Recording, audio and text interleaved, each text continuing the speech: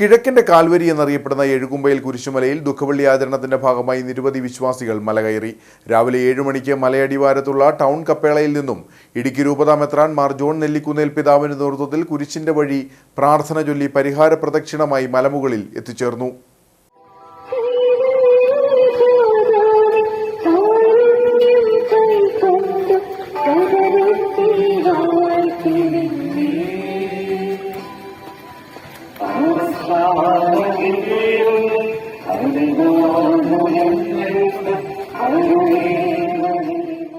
ദുഃഖവെള്ളിയോടനുബന്ധിച്ച് മലമുകളിലുള്ള ദേവാലയത്തിൽ പ്രത്യേക പ്രാർത്ഥനകൾ നടന്നു.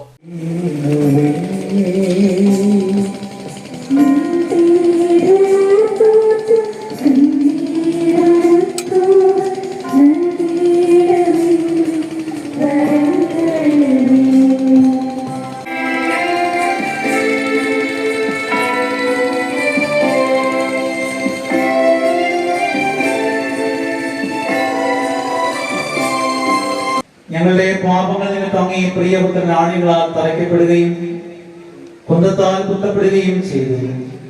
അങ്ങയെ പ്രസാദിപ്പിക്കുവാൻ അവിടുത്തെ പീഡകൾ ധാരാളം മതിയല്ലോ. തന്റെ പുത്രനെ ഞങ്ങൾക്ക് നൽകിയ പിതാവിന് സ്തുതിയും കുരിശുമരണത്താൽ ഞങ്ങളെ രക്ഷിച്ച പുത്രന് ആരാധനയും രക്ഷകൃത്യം പൂർത്തിയാക്കിയ പരിശുദ്ധാത്മാവിന് സ്തോത്രവും ഉണ്ടായിരിക്കട്ടെ. ആമേൻ. സ്വർഗസ്ഥനായ ഞങ്ങളുടെ പിതാവേ, അങ്ങയുടെ നാമം പൂജിതമാകണമേ. അങ്ങയുടെ രാജ്യം വരണമേ. അങ്ങയുടെ തിരുമനസ് സ്വർഗ്ഗത്തിലെ പോലെ ഭൂമിയിലുമാകണമേ.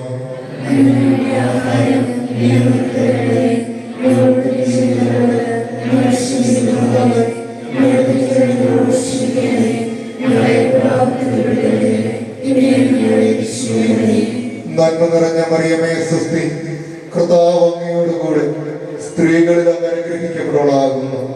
അങ്ങയുടെ ദുരിതത്തിന്റെ ഫലമായ ഈശോ അനുഗ്രഹിക്കപ്പെട്ടവനാകുന്നു.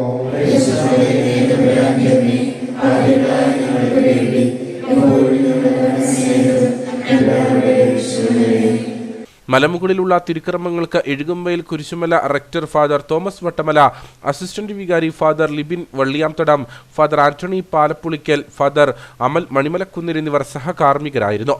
ഇടുക്കി ജില്ലയിലെ വിവിധ സ്ഥലങ്ങളിൽ നിന്നും സ്വകാര്യ ബസ്സുകളും KSRTCയും എഴുകുമ്പയിലേക്ക് സർവീസ് നടത്തി.